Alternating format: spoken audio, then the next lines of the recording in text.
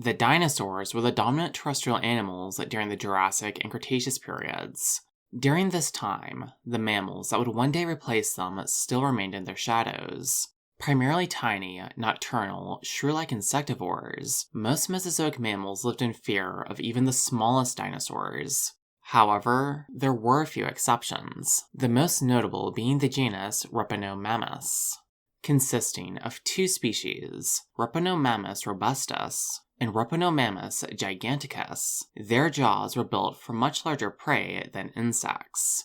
For the past 2 decades, it has been known that Repenomamus preyed upon dinosaur hatchlings, a shocking reversal of the normal predator-prey relationship between the two clades. While this made headlines, it turned out to be only the tip of the iceberg regarding the rapacious Repenomamus's capabilities. In 2003, a remarkable fossil was described, a Repenomamus that died fighting a dinosaur several times its size. In light of this, Repenomamus has gone from exceptional to perhaps the most extraordinary mammal known from the entire Mesozoic era. Both species of Repenomamus come from the famous Chinese Yishan Formation, which was formed 125 million years ago during the early Cretaceous period. The type species of the genus, Repenomamus robustus, was first described during 2001.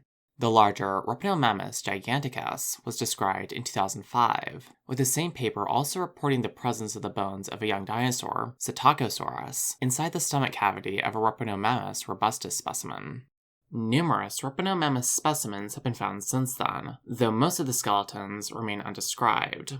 As both species of Repenomamus originate from the same part of the Yishan Formation, they were contemporaries rather than ancestor and descendant. When they were alive, this part of China was a humid, temperate forest surrounding freshwater lakes, as well as the site of substantial volcanism.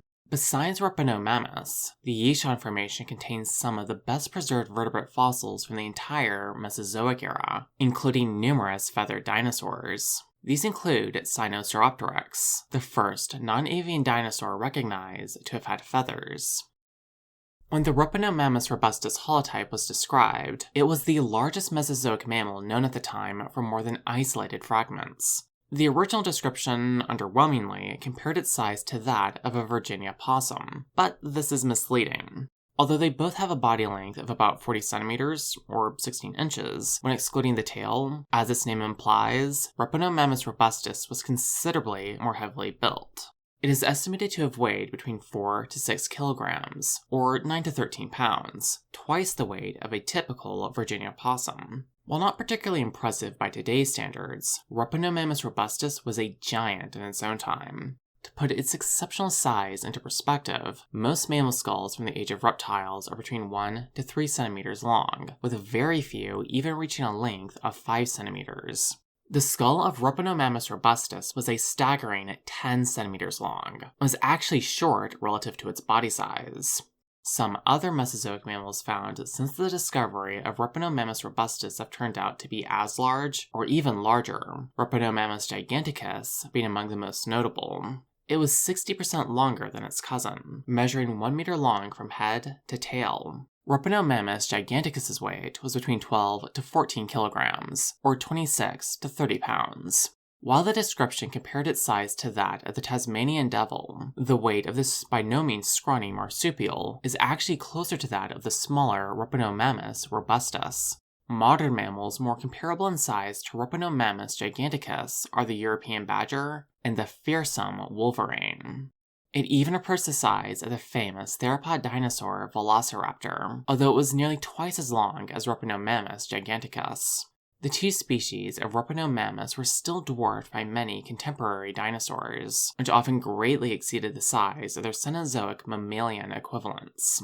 Still, the discovery of Repenomamus robustus and Repenomamus giganticus expanded the maximum known size of Mesozoic mammals. Repenomamus robustus was often considered to be the largest before the discovery of its even bigger cousin, but technically, a few species found earlier than it may have been as large or even larger.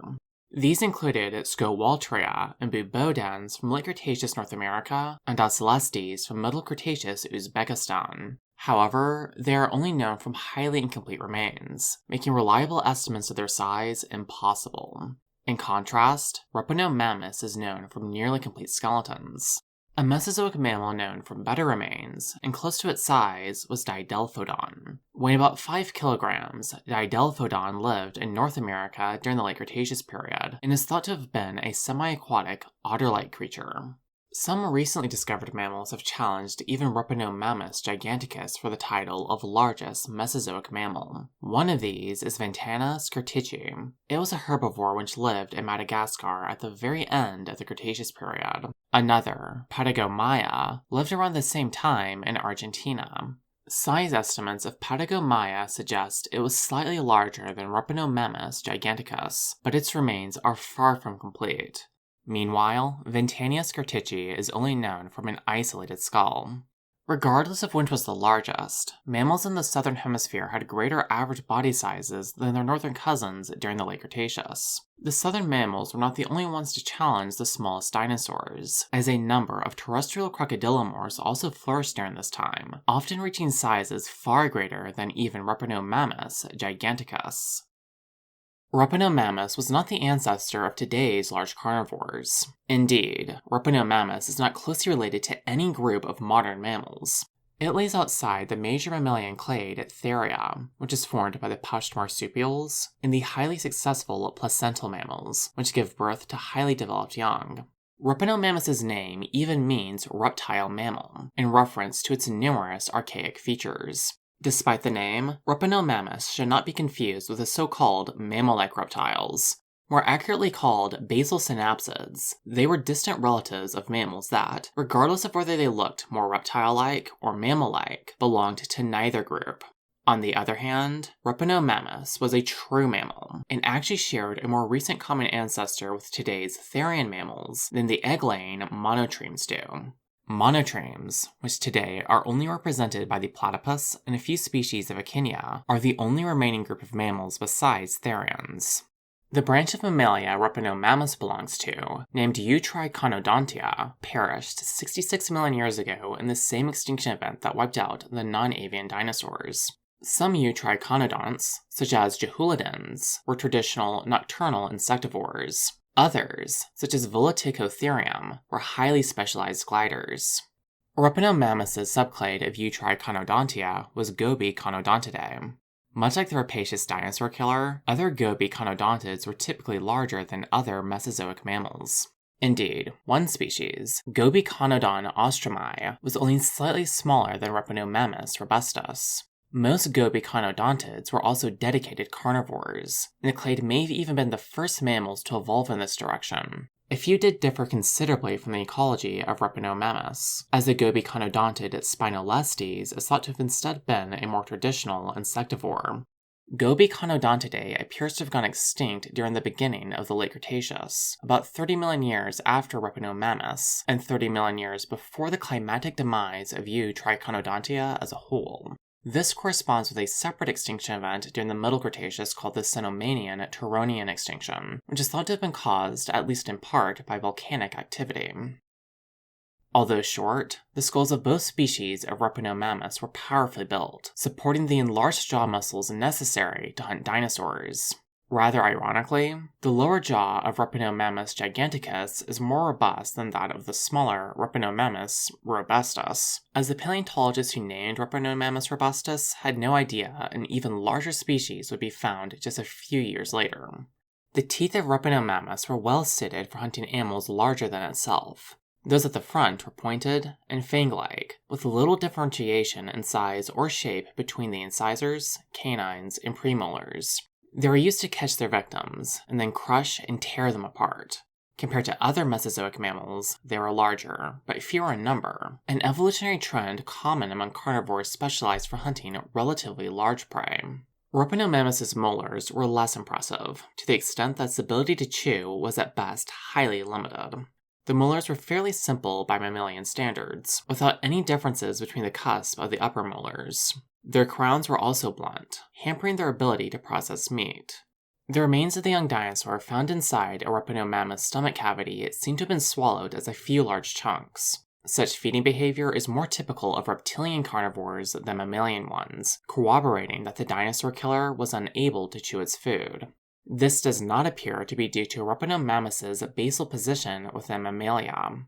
It has been reported that Repenomamus had an agile, mammal-like larynx, which is what allows mammals to chew without interfering with their breathing. Unfortunately, the paper that reported this, which also described Repenomamus's postcranial anatomy, has remained unpublished for nearly 20 years. Subsequent research has found that mammal-like hyoid bones, which were also an important evolutionary innovation that allowed for mammal-like chewing, were present in other early mammals, modern monotremes, and even the tiny cynodont Microdocodon, which might belong outside of Mammalia. Therefore, it appears that Repenomamus's ancestors were capable of chewing, even if it itself no longer could. A legitimately basal trait can be found in its upper snout. It partially consisted of a separate premaxilla and septomaxilla. Although present in monotremes, these bones became fused in theron mammals. Repenomamus's brain case, and presumably brain, were also much smaller than those of most therons.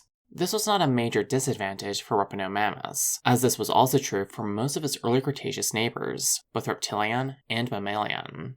Although compactly built when compared to the likes of the dromaeosaurid velociraptor, Repenomamus's torso was longer than those of most of its modern analogs. This was on account of it possessing additional dorsal vertebrae, 26 in total. Most mammals only have about 20.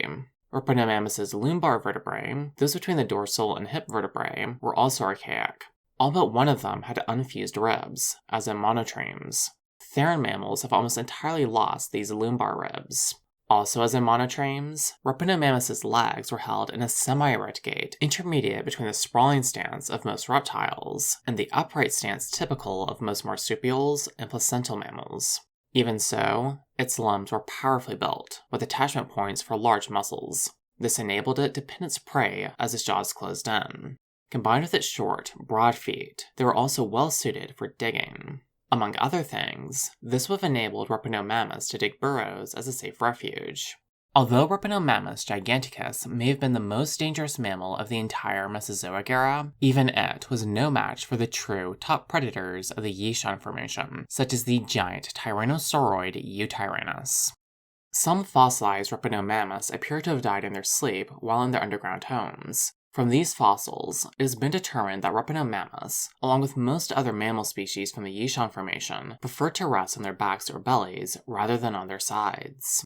These burrows are also where they would have taken care of their young. For years, it has largely been assumed that Repenomamus laid eggs, as in monotremes. This was supported by the presence of a pair of epipubic bones attached to the pelvis, which are thought to have interfered with the ability to give birth to the developed young of placental mammals. At most, it was thought Repenomamus could only give birth to very small offspring, as in marsupials.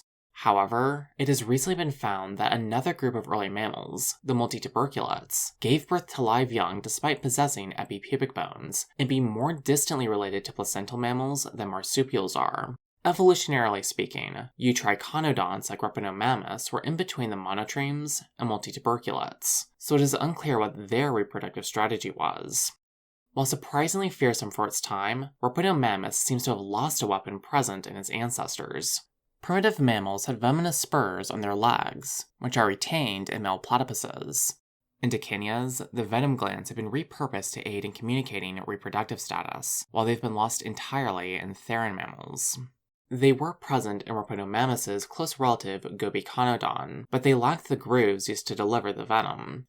Leg spurs have yet to be identified in Repenomamus itself, although this could simply reflect its lack of a published postcranial description. As for their purpose, modern male platypuses use their spurs when fighting other males, but the earliest mammals are thought to have instead used them to protect themselves from the jaws of carnivorous dinosaurs, something that was perhaps less important for the dinosaur killing Repenomamus. Carnivores the size of Repenomamus typically hunt animals smaller than themselves, but with its powerful jaws and stocky build, Repenomamus was suited for killing larger animals, much like a wolverine.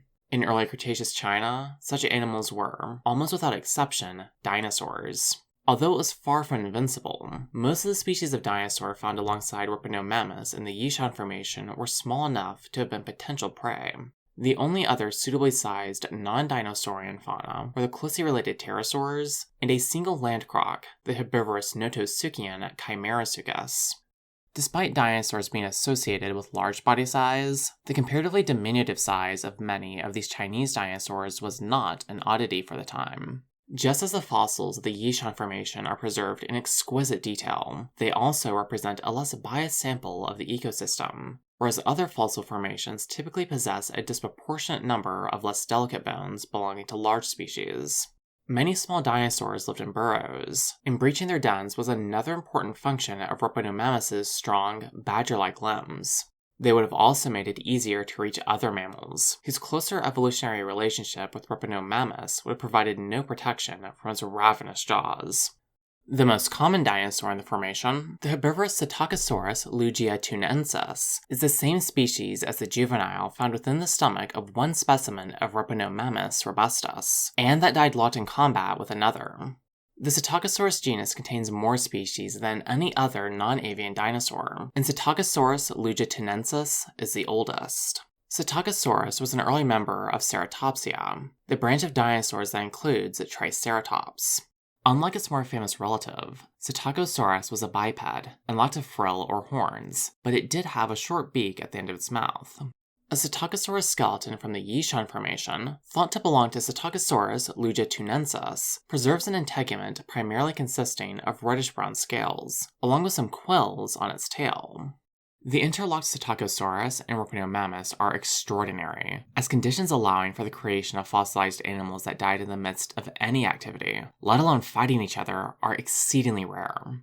However, there are two other fossils that preserve dinosaurs that died locked in combat, both of which happen to also include Ceratopsians among the combatants.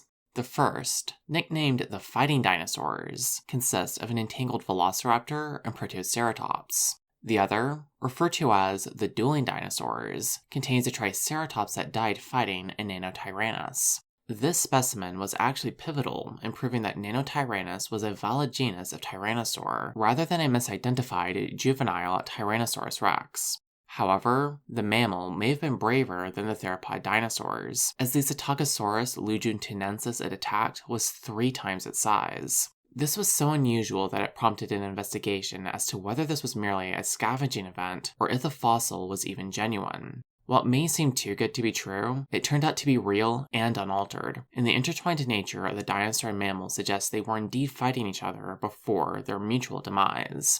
The Repenomamus died biting onto 2 of the Psittacosaurus's ribs. They appear to be broken, but it is unclear if this was the work of the mammal, or if they were damaged in the 125 million years since the 2 had perished.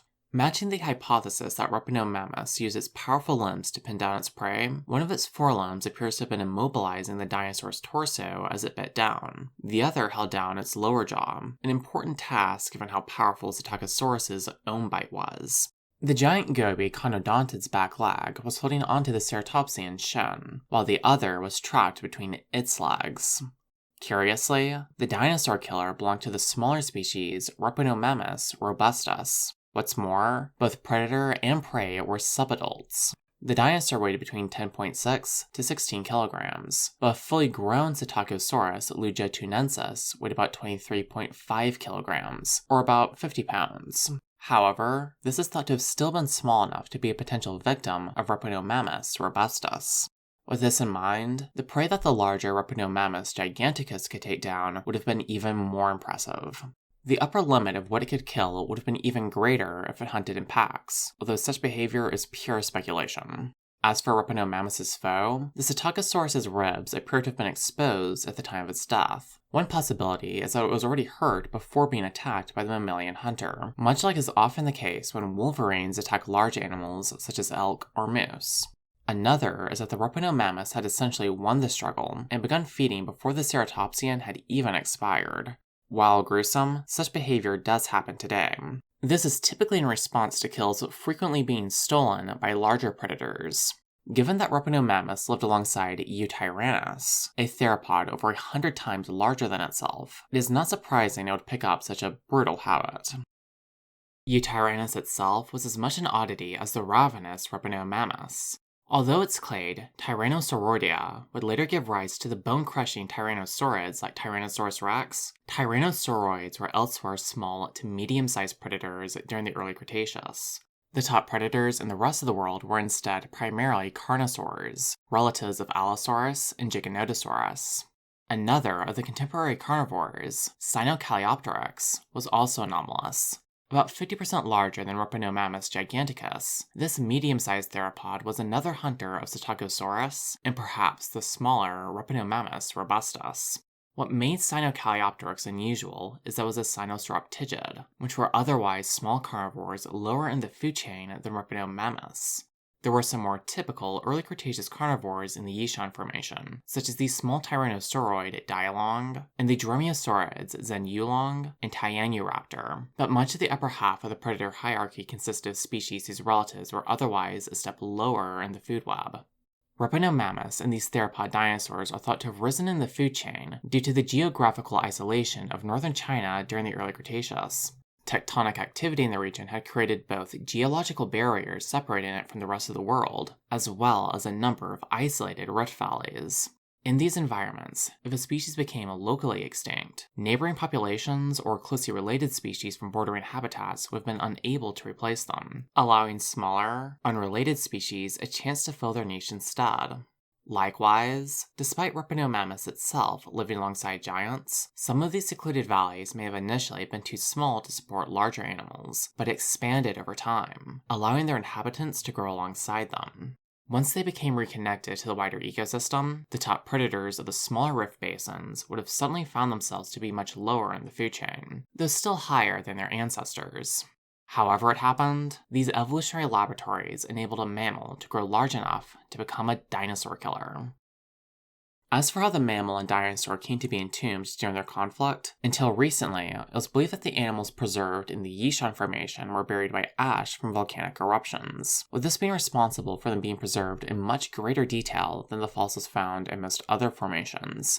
However, a recent paper has called this explanation into question, noting that, among other things, it is unlikely volcanic activity would produce the sort of fossils found in the Yishan Formation. They famously preserve soft tissue, not just as impressions, but sometimes even with the original material, which is why it is possible to determine the color of Psittacosaurus and a few other dinosaurs. Such material would likely have been destroyed from the heat of the eruptions. Instead, it has recently been hypothesized that most of the fossils in the formation were preserved when the animals were buried under the local lakes, with the exceptional number of well-preserved dinosaur skeletons compared to similar sites being a consequence of the extensive sampling of the Yishan Formation. For every mammal or dinosaur found there are 100 fish fossils. While this accounts for the more common flattened fossils in the formation, the rarer fossils preserved in 3 dimensions, such as the fighting Repenomamus and Psittacosaurus, are instead thought to have been preserved by collapsing burrows. Thus, it appears the rapacious mammal snuck into the dinosaur's burrow and then pounced on it as it slept, explaining how it managed to overpower the larger reptile. Then, the burrow collapsed, dooming both predator and prey. While this could have simply been the result of bad luck, it is more likely to have been caused by the struggle between the invading Repenomamus and surprised Psittacosaurus. While the dinosaur may have lost, it did achieve a form of bitter revenge on its killer, resulting in one of the most spectacular fossils ever found. Although not closely related to any mammal alive today, Repenomamus was important in its own right. The 2 species were among the largest mammals during the 135 million year long reign of the dinosaurs. They were deadly even by the standards of their exceptional size, able to kill not just baby dinosaurs, but even adults of species like Psittacosaurus. This has forced paleontologists to consider the idea of how small dinosaurs evolved in the face of the threat of not just other dinosaurs, but also carnivorous mammals. Repenomamus robustus and Repenomamus giganticus demonstrate that Mesozoic ecosystems were much more vibrant than usually assumed, and that long-standing roles of predator and prey could sometimes be reversed. Thank you for watching, and a thank you to my supporters on Patreon. If you enjoyed this video, please remember to hit the like button, and consider subscribing if you'd like to see more. If you'd like to support this channel more directly, you can join my Patreon, where you'll have access to polls to select the topics of future videos. Finally, be sure to have a great day.